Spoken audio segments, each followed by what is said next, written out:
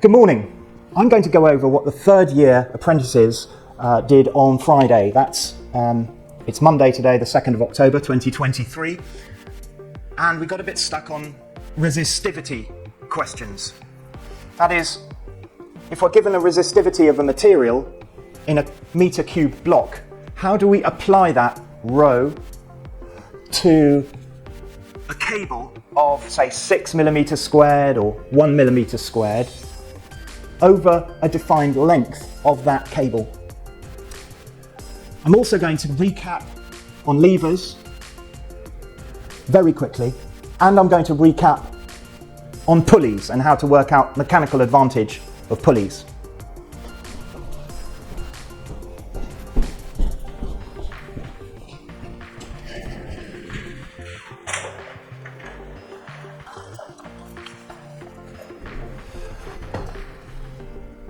Okay, if we look at the board up there, not this board, but this board, we've got our question: find the cross-sectional area of a single copper cable 500 meters long, which carries a current of 2.5 amperes and has a volt drop of 3.58 volts. And then it gives us the resistivity rho of copper at rho equals 1.72 ohm times 10 to the minus 8 ohm meters. And that is for a cube of copper.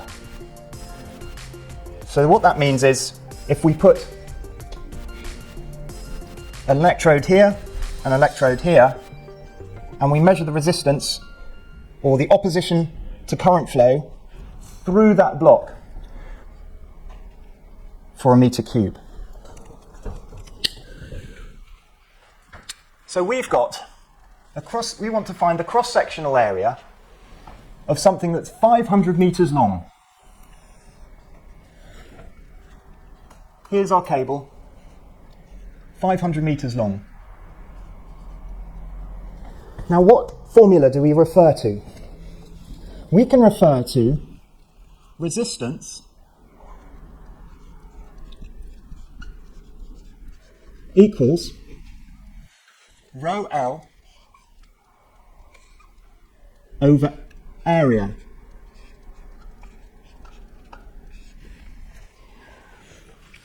Resistance equals rho L over area, CSA. Therefore, if we rearrange this to find out the cross-sectional area of this conductor, we can multiply both sides by A. Therefore, resistance times area equals rho L. L is the length, 500 meters. Rho is down here. I wrote it the wrong way round to start with, people, but there we are.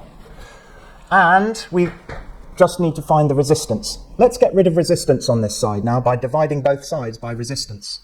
Therefore, we end up with area, or CSA, equals rho L divided by resistance. Okay? How can we find the resistance of this 500 meters long cable?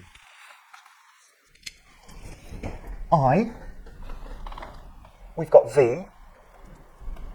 We've got V equals IR. We've got I equals V divided by current. Therefore, 3.58 divided by 2.5 equals the resistance in ohms. And I think it's about 1.4 something from memory. Divided by 2.5 equals 1.432 ohms for 500 meters.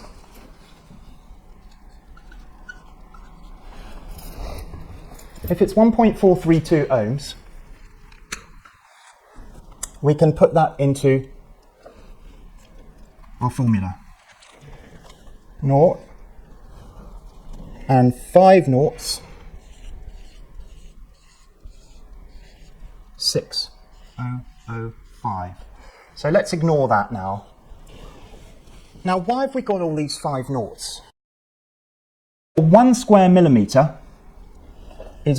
of this is 1 times 10 to the minus 6 square metres. So what we've got here is 6 times 10 to the 1, 2, 3, 4, 5, 6 to the minus 6 square metres. And we've already shown that's in square millimetres. So the answer to this conundrum is that the cable is 6 square millimetres. Let's do another one. So we put an electrode here, and we put an electrode on that side as well. Is 1,000 square millimetre cable. Sorry, and we need to look at the resistance of 1,000,000 square millimetre cable. So you're used to putting in 2.5 square millimetre cable, 1.5 square millimetre cable. This is 1,000,000 square millimetre cable we've got the resistance for, and only for 1 metre long of that 1,000,000 square millimetre cable. 1 millimetre, square millimetre, is 1 times 10 to the minus 6 square metres. And the resistance we get is 1.72 times 10, and it's 100 millionth of an ohm. So that's a minus 8 to the minus 8 rho. 1.72 times 10 to the minus 8, 100 millionth ohms meters. Now, 1 millimetre of the same material, 1,000,000 square millimetre cable, 1 metre long. If we got a 1 millimetre square cable, 1 metre long, which is like our twin on Earth, that's 1,000,000th of the conductor cross-sectional area. It's 1,000,000th of the conductor cross-sectional area. But that's like saying, out of our 1,000,000 square millimetre cable hose pipe, allowing that current to flow along it, we've only got 1,000,000th of the size of hose pipe to let the current flow along it. So is it going to let more or less current flow? It's 1,000,000th the size, the hose pipe, letting the current through for 1 metre long. So it's going to let 1,000,000th of the current flow, which means the opposition to current flow is 1,000,000 times bigger for the tiny little millimetre square cable than it is for the massive 1,000,000 millimetre square cable. Just to recap, that means that there's 1,000,000 times the opposition to current flow. So though it's 1,000,000th in size, the resistance, which is our opposition to current flow, is 1,000,000 times 10 to the 6, the size of this. And that means, if we look at our formula, as area, or CSA, increases in size, the resistance gets smaller. Or, if we write it like this, CSA equals rho L over R. As the resistance gets bigger, the area gets smaller in size. Yeah? What I'm talking about is a relationship of area being inversely proportional to resistance. Here's another question. Calculate the resistance of a 4 millimetre CSA twin copper cable feeding a motor 150 meters away. 150 meters. 150 meters away. Take rho, take 1 cubic meter of copper to be 1.72 times 10 to the minus 8 ohm meters. Calculate the resistance of a 4 millimeter cross-sectional area cable. Right, the resistance of 4 millimeters squared is going to be 4s into a million over 4. 250,000 times the resistance per meter. That's our check. It's going to be 250,000 times. So it's still going to be to the minus 3 there, with 5 decimal places here and 8 here. It's going to be about 1.72 times 10 to the minus 3 milliohms per meter. And we've got 100 meters, so it's going to be about 1/10 of an ohm, something like that. Or 2/10 of an ohm, 0.2 ohms, something like that. Because it's 100 times 250,000. Take away from this minus 8 here. So let's see. Resistance is equal to rho, which is 1.72 times 10 to the minus 8 ohm meters, times length in meters, over the cross-sectional area, 4 millimeters squared. Now, do we just write 4 millimeters squared in there? No. Let's go back to the lesson we did on System International.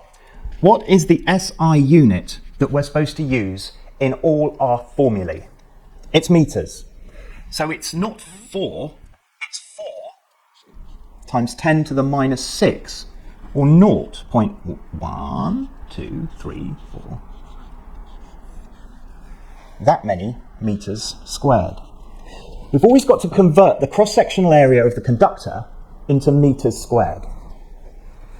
And I end up with a figure, indeed in the tenths of ohms, but actually not 0.2 ohms. I was wrong by a factor of 3.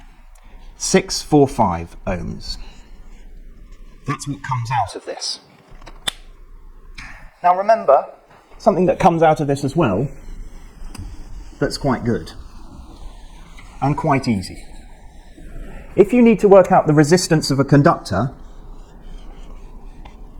resistance equals rho L, rho times the length over cross-sectional area.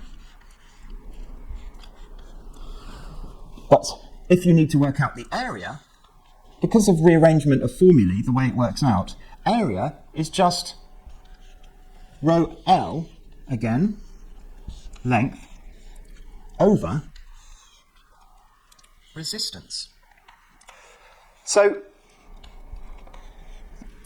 this formula is 2 for the price of 1, people.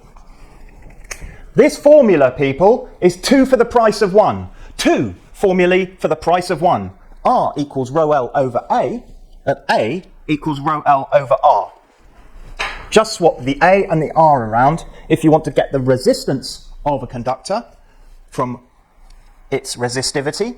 You need its cross-sectional area, and if you want to get the cross-sectional area of a conductor, you know the resistivity of, you need its resistance. And you can get its resistance, if they don't give it to you, by working out from Ohm's law and the voltage and the current through that.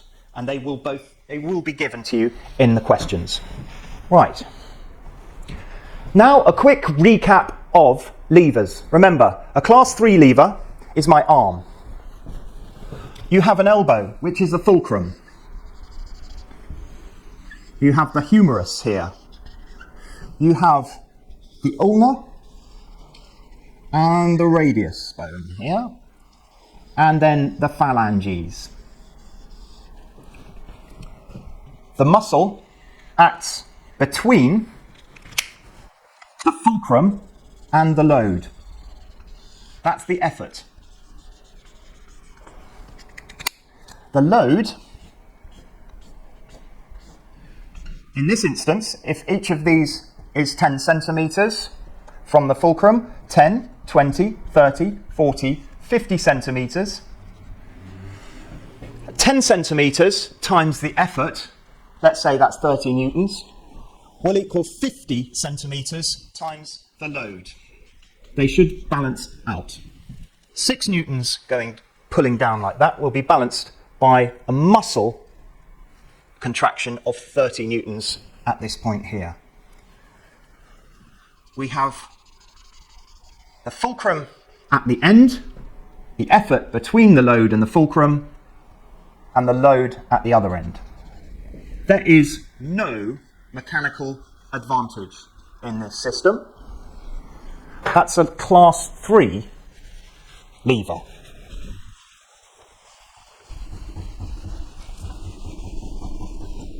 Class 2 levers, fulcrum is in the same place at the end of the lever, but the load and the effort of your class 3 lever, in a class 2 lever, they're swapped around, the load and the effort. So instead of this being the load, this is actually the effort upwards. And this is the load. If that's 1, 2, 3, 4, 5 here, 5 times the effort here will equal 1 times the load. So if the load is 2 newtons here, 1 times the load is 2, 5 times the effort is going to also equal 2, so the effort is 2 divided by 5 newtons. If the load here is 10, the effort here is 10 divided by 5 newtons. If the load here is 50 newtons, the effort here is 50 divided by 5 newtons. You only need to lift this using 10 newtons to get 50 newtons lifted here. The difference being that lifting this by 5 centimetres here will only lift this by 1 centimetre here. There is mechanical advantage in a class 2 lever.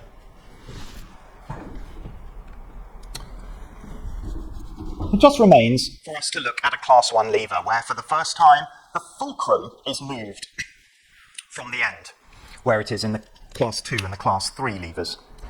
Instead of the class 2 and the class 3 levers swapping the load and the effort on the end of the lever with the fulcrum at the end, in fact what the class 1 lever does is move the fulcrum to between the load and the effort. Now if there's 4 metres between the effort and the fulcrum and 1 metre between the load and the fulcrum, and the load is 4,000 newtons, then 4,000 times 1 metre equals 4,000. Then 4 metres times the effort is going to equal 4,000 newtons. So instead of 1 metre times the load being 4,000, it's going to be 4 metres times the effort equals 4,000. 4 metres times 1,000 newtons equals the effort. So you're going to be pushing down with something that feels like 10 kilograms on Earth in order to lift something that weighs 40 kilograms at the other end. Now we did cover work. We did cover work. Work done in City and Guilds land, remember? In physical parlance, work done is what we call work. And work done requires energy to be put into a system. It's a bit of a clunky phrase, work done, but work done per second is equivalent to what we call watts. So it is a useful concept. Work done per second equals watts. But what is work done? energy breaks down into mechanical, thermal, radiative. This is in the electromagnetic spectrum, so we could call that light energy, chemical energy, and electrical energy. Mechanical energy has two forms and two mathematical formulae for it. One is kinetic energy, and one is potential energy.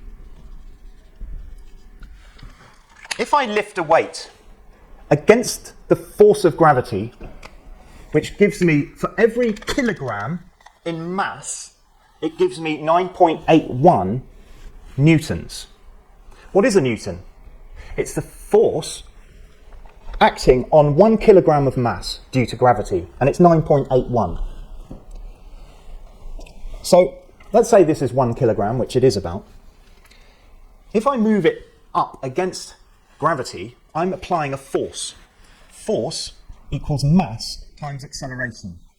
The force is 9.81 equals, that's the force in newtons, 1 kilogram times the acceleration due to gravity is 9.81 meters per second squared. All we need to know is that I'm doing work. I'm applying a force over a distance. And the definition of work done is force times distance. Just take down all these types of energy, people. There is a question on it in City and Guilds: mechanical, thermal, radiative, chemical, and electrical. Now, kinetic and potential are the two types of mechanical energy which I want to go into. And I said before I wrote that up on the board that energy cannot be destroyed. It can be turned from one type into another. From chemical energy, it can turn into electrical energy. From electrical energy, it can turn into chemical energy. From thermal energy, it can turn into mechanical energy. And from mechanical energy, it can turn into electrical energy. Plus heat, thermal energy. But it can't be destroyed. There will be a thing called entropy, which means that the system has to become less ordered. And that's the reason why we give out heat. But let's say that when I lift this with my food energy, all of that food energy goes into the work done. What have I done to this object? I've given it energy by doing work on it. What has the energy gone from my food energy? What's it gone into? It's gone into mechanical energy, which can then act on the ground if I drop it. But if it's sitting there above my head, where is the energy? And that is what we call potential energy. It's stored energy. And the way we work that out is by mass times the acceleration due to gravity, or the G number, 9.81. And 9.81 only occurs on Earth. It'll be different on other planets. Times the height, mgh. Quite simple, really. The amount of energy I've put into 1 kilogram is 9.81 times 1 meter, 9.81 watt. Potential energy is measured in joules, 9.81 joules. The kinetic energy that is converted to is also 9.81 joules, but it will be half mass times velocity squared when it hits the ground. We can then work out, we should be able to work out what V is when it hits the ground. From the amount of energy I give it, by putting energy into it, potential energy, and that amount of potential energy will be released. We know that the mass doesn't change, that we will be able to work out what the velocity of that thing is when it hits the ground. So that's interesting, isn't it? The work done number, which you remember is the force times distance, or Newton meters, is going to be the same number as the energy, the joules that you put into it. And we're discounting the losses in heat, thermal losses. We're discounting that at the moment. And we've already said that the work done per second is equal to watts. Therefore, joules per second equals watts. That is the rate of energy into the system, or the power. In the lesson, I gave an example of potential energy going into a lift system on the Burj Dubai. Here's the Burj Dubai. Let's say it's 600 meters tall. We want to take a lift up the side of it in, let's say, 20 seconds. And the lift weighs 2,000 kilograms, or 2 tons. How much energy do we need to put in first? And then what power do we need to do it in 20 seconds? Because the power will be more if we do it in less time than if we spent 20 days doing it. The motor would be a lot smaller if we had 20 days to do it, because it could go up a lot slower and we could use lots of gears. So let's say mass is 2,000 times 9.81, let's call that about 10. So let's call that 20,000 newtons times h, 600. Mass times 9.81 is 20,000 times 600. That comes out at 120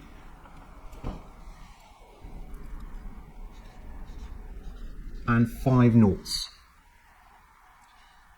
or 12 million, and what do we say that is? Newton meters, or joules of energy. 12 million joules of energy in 20 seconds will give us, divided by 20 seconds, will give us the number of joules per second, or the watts of the motor system. And there's usually 2 or 3 motors on one of these things. So we can then work out the size of motor, theoretically, that we need. So 12 divided by 20 is going to be 6 times 10 to the 5 joules per second, or watts.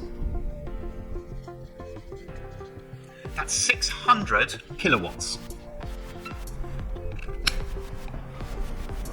So 600 kilowatts, we can say that each motor needs to be about 300 kilowatts for 2 motors, and 300 kilowatts is just about 400 horsepower motor. Now remember, that doesn't take into account hysteresis, power factor, thermal losses, anything like that. So if we double that, 800 horsepower for 2 motor system, and 400 horsepower for each motor, 300 kilowatts, we'll probably be all right. Work done is force times distance in what? Meters. And this is in newtons. Work done is equivalent to the amount of energy put into the system. Power is equivalent to energy put into the system per second, or joules per second, equals watts.